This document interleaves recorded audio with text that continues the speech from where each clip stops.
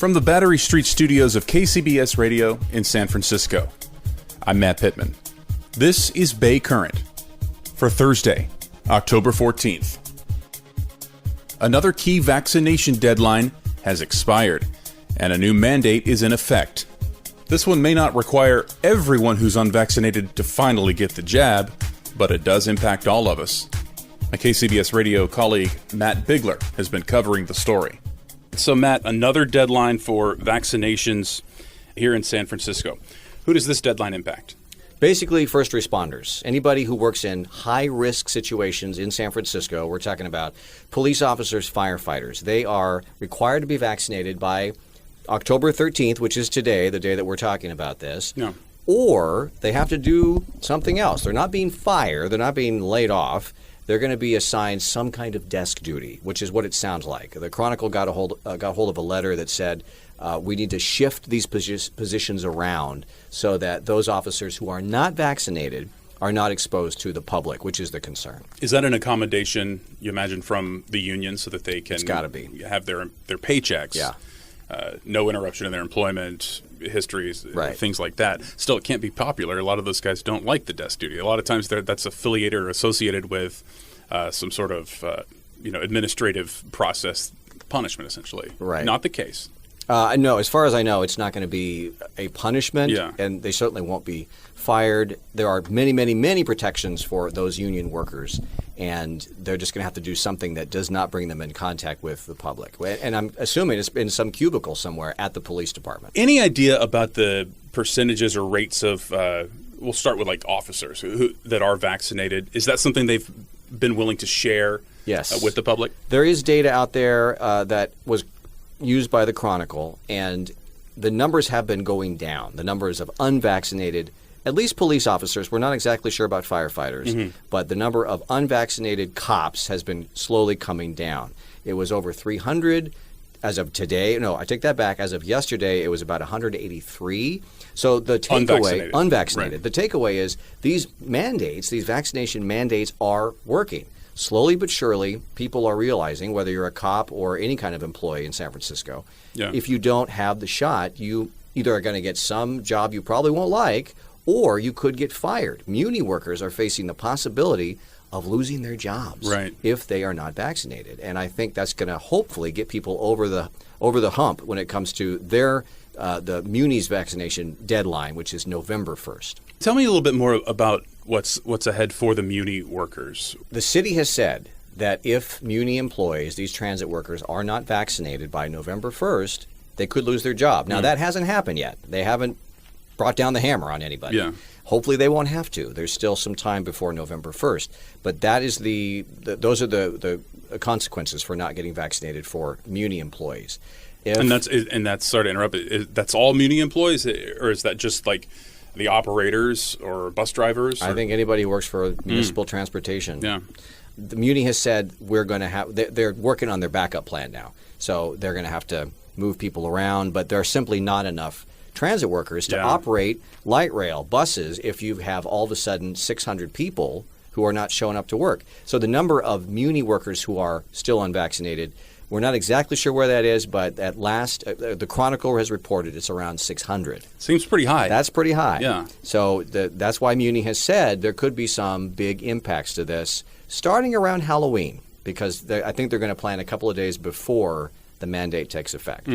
I don't imagine they could lose too many people, certainly not 600. Yeah, that's going to be really tough. Yeah, that's a lot of staggering workers. number. Yeah.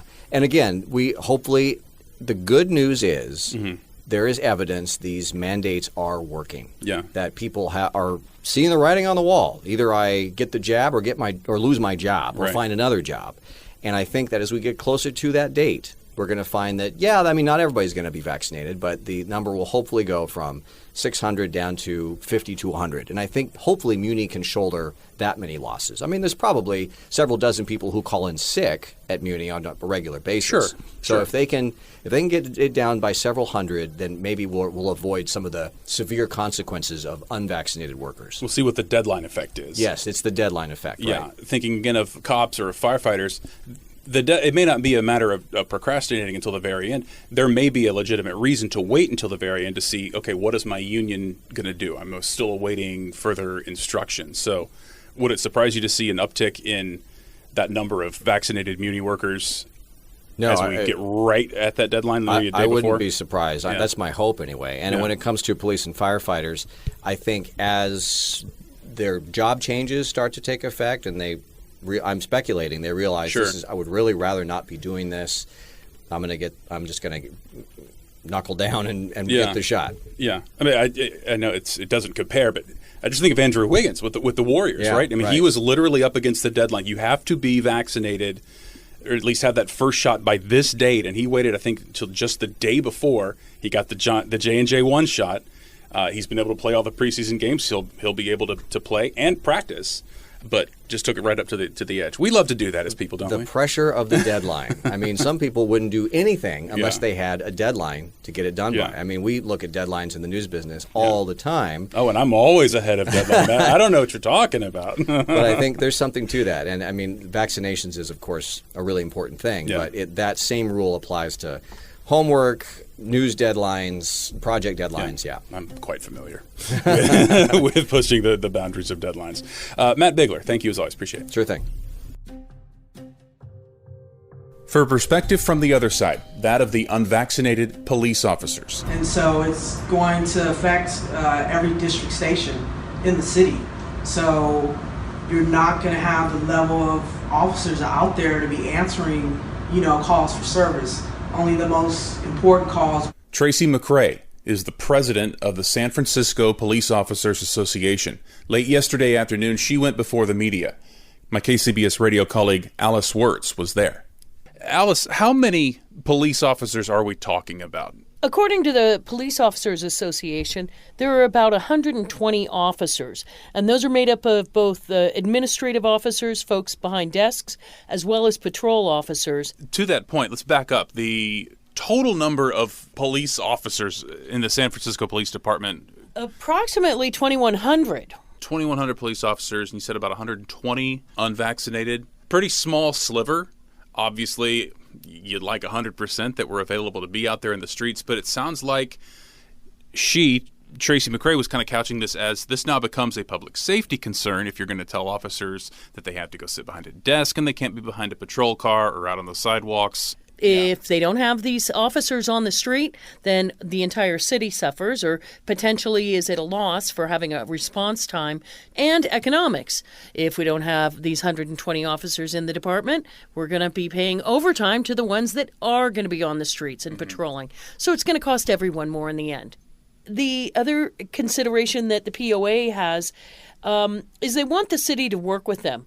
One of the cities that Tracy McCray mentioned was Chicago, where the mayor there has said if you test and are constantly masking, social distancing, etc., and testing every week, then we'll allow you to stay, patrolling.